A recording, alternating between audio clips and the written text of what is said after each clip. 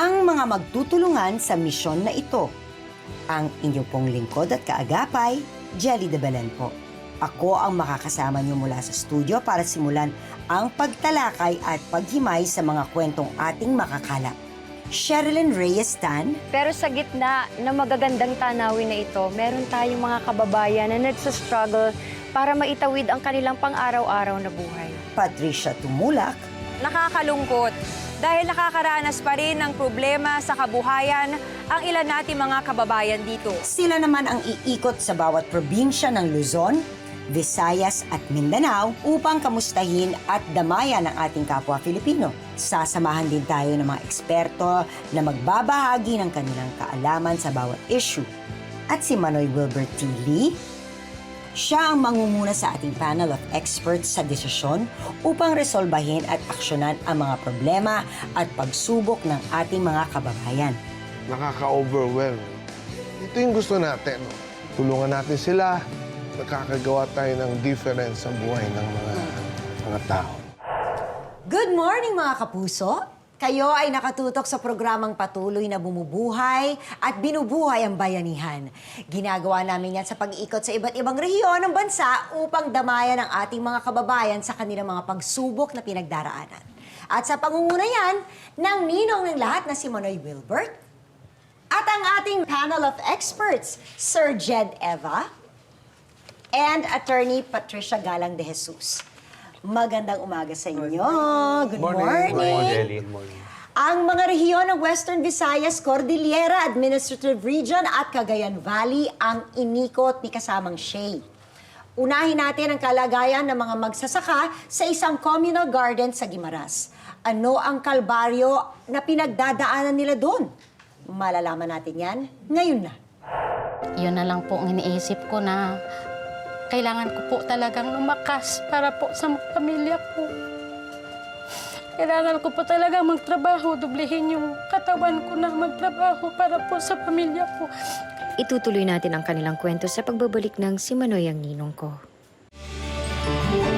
Ikaw ako, kaya ipanalo. Winner tayo lahat.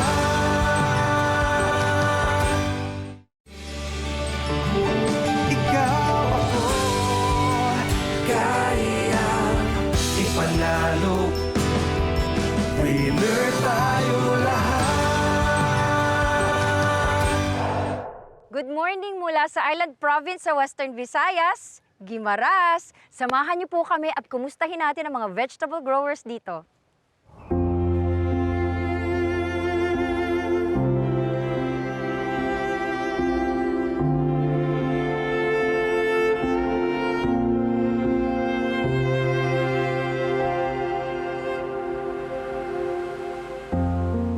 Buong maghapong nakayuko, namamaltos at nagkakalyong mga palad.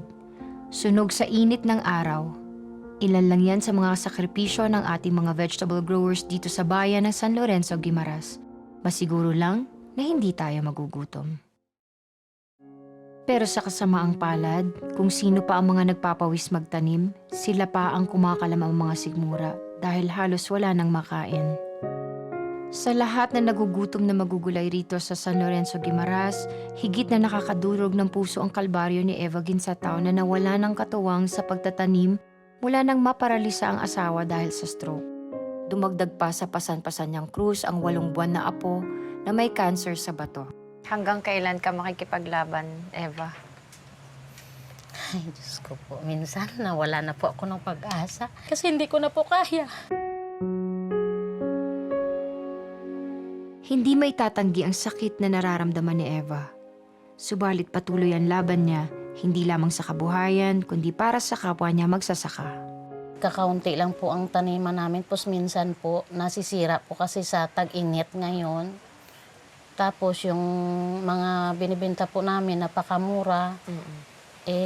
Kung minsan nabubulok, hindi rin po sapat sa mga pang-araw-araw namin. Kaya po, hindi po sapat yung mga gamit namin sa pagtatanim ng mga gulay-gulay po. Yun na lang po ang iniisip ko na kailangan ko po talagang lumakas para po sa pamilya ko. Kailangan ko po talaga magtrabaho, dublihin yung katawan ko na magtrabaho para po sa pamilya ko. Kasi iniisip ko makapagtapos yung mga anak ko sa pag-aaral kahit mahirap lang. Tapos yung apo ko, sana makaipon rin ako ng pera na mapagamot siya. Kasama na ang pamilya ng mag-asawang Anthony at Edita Ginsatao na napapaiyak sa hirap ng buhay dahil sa madalas na pagkalugi dahil sa mataas na renta sa lupang pinagtataniman nila at sa renta ng motor na ginagamit sa pagdala ng mga ani sa pamilihan. Ba't mo nasasabi yun, Edita, na parang feeling mo minamalas kayo? Kahambal mo ko sila kay ako nga subang hospital pagka sunod nga semana ako naman daw kahambal ka bala nga amo na pro sa ulihi nagakuan man ako nga panguwi mo ako kuan lang na isang Diyos ko sa amon nga kung sa ano kami nga makatibawa. Edita, Anthony, gaano kasakit sa inyo na may mga pagkakataon na hindi nyo mapakain na tama yung mga anak nyo? Kaagi kami ng pamahaw. Pamahaw lang. Oo, pamahaw lang. Kasakit. Nga kabataan mo, mangayo ka noon, wala kay hatag. Te, natapas na akong saging.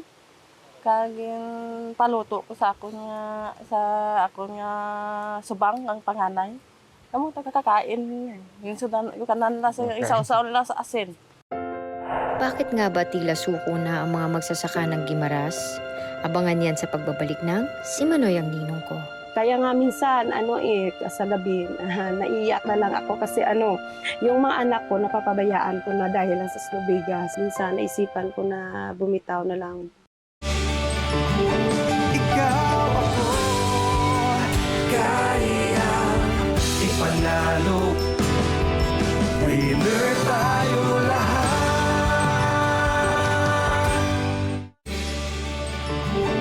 Ikaw ako kaya ipanalo. Winner tayo lahat.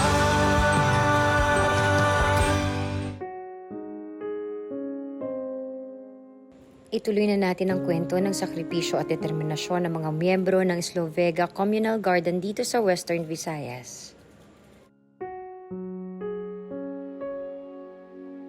Kung kaya't nagsusumamo ang chairwoman ng San Lorenzo Vegetable Growers Association na si Raquel Tagadaw na tulungan natin sila na makaalpas sa gutom at kahirapan na umaalipin sa kanila.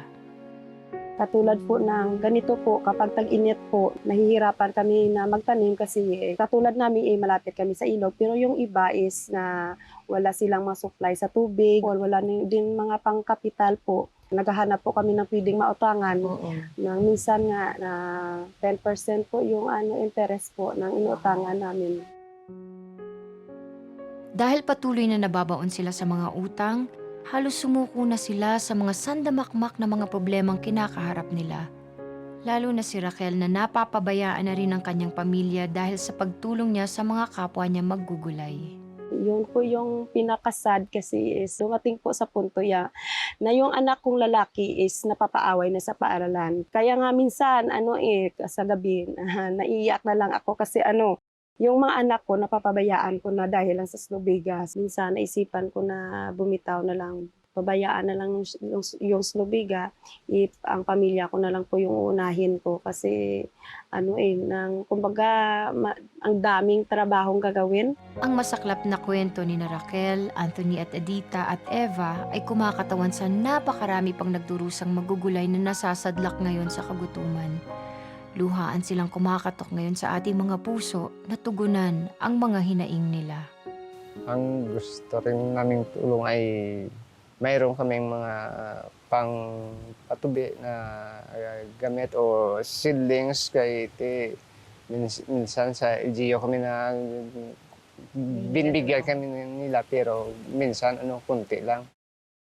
Pangarap ko po sa Slow Vegas na makaahon po sa hirap. Tapos na matutulungan po lahat sila na kung anong yung mga kailangan nila para makapag-umpisa at saka tuloy-tuloy na yung pagtatanim. Hindi na sila palaging mangungutang, ganun po. Sa paanong paraan kayo matutulungan? Sa tingin mo, paano makakatulong kayo kung halimbawa lang na merong gustong tumulong? mga kakailanganin po sa sa pagtatanim po, mga katulad ng mga abono o katulad ng kapital din po kasi kung malawak po yung taniman is kailangan po namin ng mga tao na tumulong. Doy, sana gumaling ka na para may katuwang na ako sa buhay. Hindi naman ako mahirapan. Minsan nang naitala ng United Nations na tinatayang nasa 51 milyon mga Pilipino ang naharap sa food insecurity noong 2020 hanggang 2022, ang pinakamataas at pinakamalala sa buong Southeast Asia. Kabilang dyan ang mga nagugutom nating mga vegetable growers dito sa Guimaras na walang kapaguran sa pagbubungkal ng lupa at pagtatanim para lang matustusan ang mga pangangailangan natin. Pero sa kabila ng kanilang mga sakripisyo, sila pa ang halos walang maihain na pagkain para sa kanilang mga pamilya. Sa ating mga narinig, darating kaya ang panahon na sila ay mabubusog ng pag-asa na mabago ang takbo ng kanilang mga buhay. Balik sa inyo, Jelly, mga experts at Manoy Wilbert. Salamat sa pagdalaw mo sa mga magsasaka ng Slovega kasamang Shay. Nakakaantik talaga ng puso ang kanilang mga pinagdadaanan. Para samahan tayo sa ating studio discussion narito, sina Asek Arnel de Mesa, spokesperson for the Department of Agriculture, Mr. Ernie Rosendo G. Villanueva, Agricultural Program Coordinating Officer or APCO ng Guimaras. Good morning, Asek. Good morning, Jelly, sa lahat na nakikinig at nanood. Good morning po. And good morning, Sir Ernie. Good morning. Umpisahan natin ang ating diskusyon sa ibig sabihin ng communal garden. Yung communal gardens ay merong isang common area na yung mga Farmers Association members ay nagsasaka doon for their common good and interest. At meron silang isang organisasyon or association para ma-establish kung paano yung pagsasaka, paano yung marketing, at paano rin hahatiin yung kanilang mga income. So, itong communal garden na ito, gaano ba to kalaki? Malaki ba to? Maliit lang to? Kasi parang garden, pag sinabi mong garden, parang garden lang sa likod ng bahay mo. Gaano ba to kalaki usually? It could be as small as 500 or 5,000 square meters or kalahati hektarya. At pwede rin naman na mas malaki. At meron tayong programa sa Department of Agriculture, yung tinatawag natin na Farm and Fishery Clustering and Consolidation. Ito yung F2C2 na mas iniingganyo natin yung mga magsasaka na magtayo talaga ng mga consolidated or clustered areas. Dahil kapag consolidated or clustered, pwedeng makamura sa inputs dahil pwede silang bumili ng bultuhan, pwede pa sila maka-discount, at pwede pa terms or utang na mas mahaba yung pagbayad at mas episyente yung paggamit ng makinarya at yung tinatawag natin na farming operations. I have a question lang tungkol sa, balikan natin yung communal garden kasi parang it's a group of people, of mga magsasaka na nangangailangan talaga ng tulong. Paano ba maging miyembro nito? Sino ba ang ahensya ng gobyerno na gumagabay sa kanila? Like, specifically ang Slovega. Baka masagot niyo po ako. Yung kailangan mo naman doon is una-una, requirement ito sa association, yung RSBSA. Ano po ang RSBSA? Registration System for Basic Sector in Agriculture. So dapat nakarehistro Hindi ba sila si farmer. nakarehistro ngayon? Nakarehistro na po. Maganda na registered na sila as an association, pero makipag-ugnayan din sila sa Agricultural Training Institute. Sila yung ahensya ng ating pamahalaan. Kasi later on, gusto natin sila maging learning site for agriculture. Eventually, At saka mag-graduate tuloy-tuloy sila. ang ano nila. Yeah. Tapos, pag ganun kasi, mas malaki yung pwede nila makuha na benepisyo bilang isang magandang o kumbaga nagdi-develop through time na association. Balikan ko lang yung datos kanina, no? Sinabi kanina na 51 million ng population is food insecure. Ibig sabihin, that's almost half the population na hindi nakakain na maayos. Tama. Malaki yung potential of communal gardens to help this, no? Kasi ang food is 43% of our expenses. So, bukod sa makakatulong sila sa pagbaba ng pakainin ng sarili nila, no? They can feed themselves. If they're able to be more productive, makikita pa sila. Oo. And we're able to, kumbaga, add to the food security. So, malaki talaga ang potential ng communal gardens, not only here but in other parts of the country. More communal gardens means better supply of food, meaning cheaper prices. That's simply yung one of the net effects of having a more productive agricultural sector. So if communal gardens can help in that regard, dapat i-promote talaga yung pag-ano nito. Sa pandemic, ang daming nagbunga ng communal Ang gardens. daming Plantito-plantita pa nga. Plantito-plantita, tama. Yesterday, galing ako Davao. Pumunta ako doon sa Kadab, no? Samahan ng mga may kapansanan sa Davao. Meron din sila. May communal garden din garden. sila. Pero doon sila kumukuha ng kinakainan nila. No? So, Normally, farm to table, yung parang ganito ganun. na mga communal garden, kadalasan, yung pang-sariling Consumption na siya. Oo, pang-sarili. No? Hindi talaga siya yung pinagkakakitaan or whatever. Kasi typically, wala talagang kita pag communal garden ang pinag-uusapan. So, sa kanina pinag-uusapan natin na dapat siya talagang i-promote, dapat siyang palawakin, padamihin. Yun yung pros ng pagkakaroon ng communal garden. May cons din ba ang pagkakaroon ng communal garden? May downside ba ito, Asek? Sa akin, ang tingin ko dyan, depende dun sa area talaga eh. Kami sa DA, mas gusto namin communal farm. Na, Anong difference ng communal garden sa communal farm? mas malaki kasi pag communal farm. Yung garden kasi, kagaya nung sinabi kanina ni Kong, ang perception kasi pag garden, pag sarili mo lang, Yes. wala kang, di mo tinitingnan magkano yung inputs mo, you do not look at the economics of it. Hindi, wala. Magkano Consume yung ka lang ng inputs consume. lagay ka lang ng lagay dyan, and then yung productivity, hindi mo rin tinitingnan. Kahit konti lang. But if you look at the communal farm, you're conscious of your expenses. Business and your talaga income. siya. Yes. So kasi kailangan mong kumita. Kagaya yung nakita natin sa Slovega, we want them to be profitable. Ito sa Slovega ba, farm ba to or garden? Pansarili o nagbebenta na sila? Nagbebenta sila, hindi po ba? Nagbebenta sila. So marami silang area Actually, pala. marami sila kung both sides ng river meron, sa kabila pa ng daan Saan meron. nila dinadala? Sa palengke lang? Sa or- palengke, at saka tinutulungan din sila ng Municipal Agriculture Office magbenta doon mismo malapit sa munisipyo.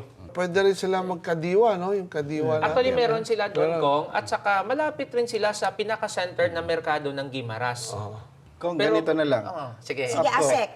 Pag dumating yung time na okay na yung kanilang productivity level, i-connect natin sa Kadiwa, bibigyan natin ng Yes. mga trucks. Ano po ang at Kadiwa? puhunan.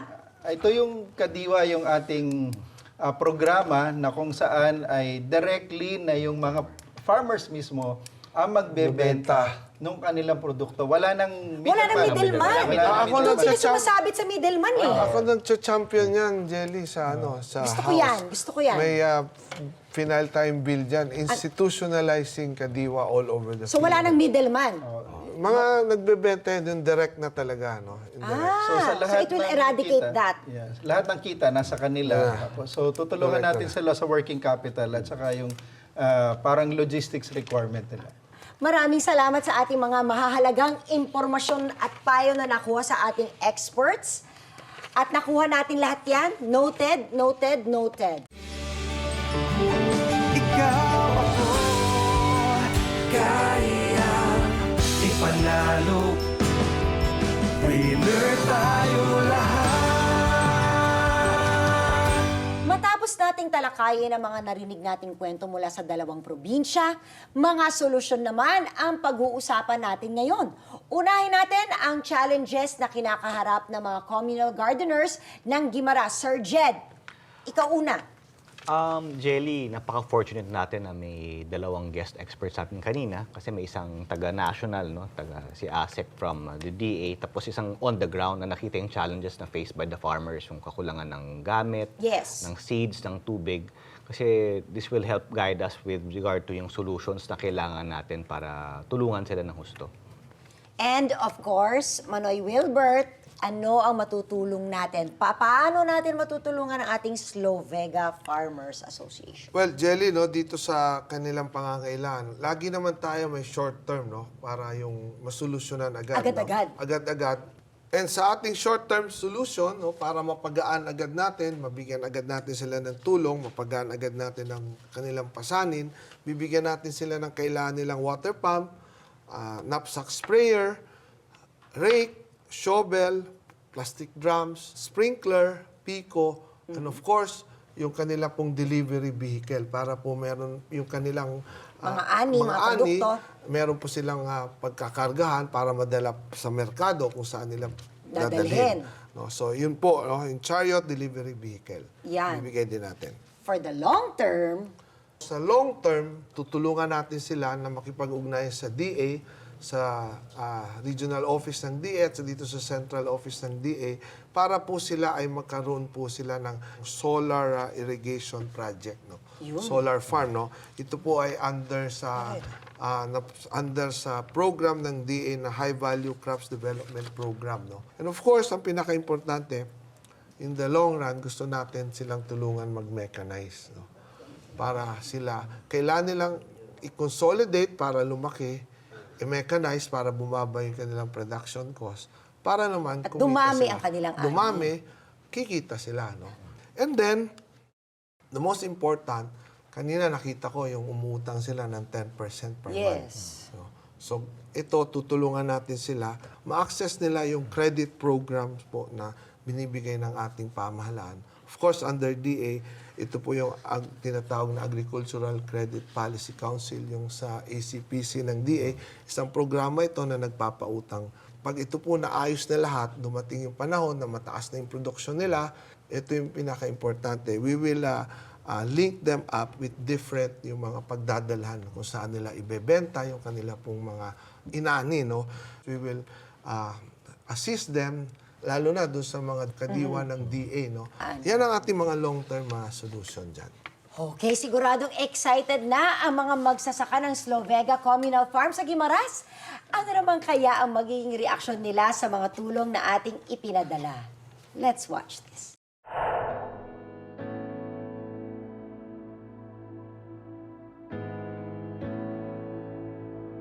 Alam nyo, kayo hindi talaga matatawaran ang inyong mga sakripisyo na ginagawa nyo po.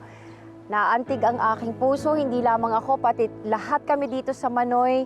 Nagdurugo yung puso namin na kayo pang nagtatanim, kayo pang nagugutom, kayo pang nahihirapan. In behalf sa aming direktor, na namumuno sa amin, ang Direktor Dennis Arpia, maraming salamat sa mga malasakit, no? Yung mga pagtatanim, kayo ang maging bayani, no? Bayani ng bayan. Siyempre, hindi tayo papayag na aalis na lamang po ang si Manoy, ang ninong ko, na wala man lang kaunting regalo para sa inyo. Narito po ang munting regalo na sana po talagang makatulong sa inyo. Ayan! Nakikita niyo naman kagamitan at mga kasangkapan para po sa ating pagtatanim ng gulay. Ang ating mga sprinkler! Sprinklers! Wow! Para tuloy-tuloy ang supply ng tubig naman sa ating communal garden, meron tayong 10 horsepower na at syempre mga pala. Meron ding Pico. At syempre, hindi lamang po yan.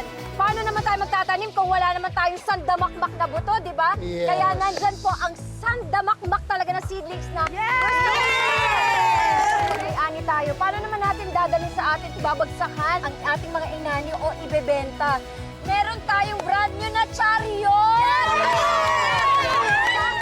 Sobrang thankful po ako. Sa amin ngayon is a dream come true. Talagang walang katapusan po. Salamat po talaga. Kaya ang totoong bayani talaga. Maraming salamat ulit sa inyo.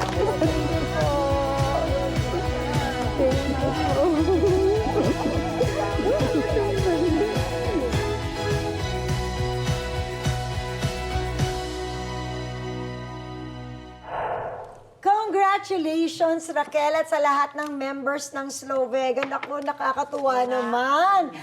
Okay, umaasa kami na makakatulong ang mga natanggap nyo upang maging masagana ang inyong mga ani.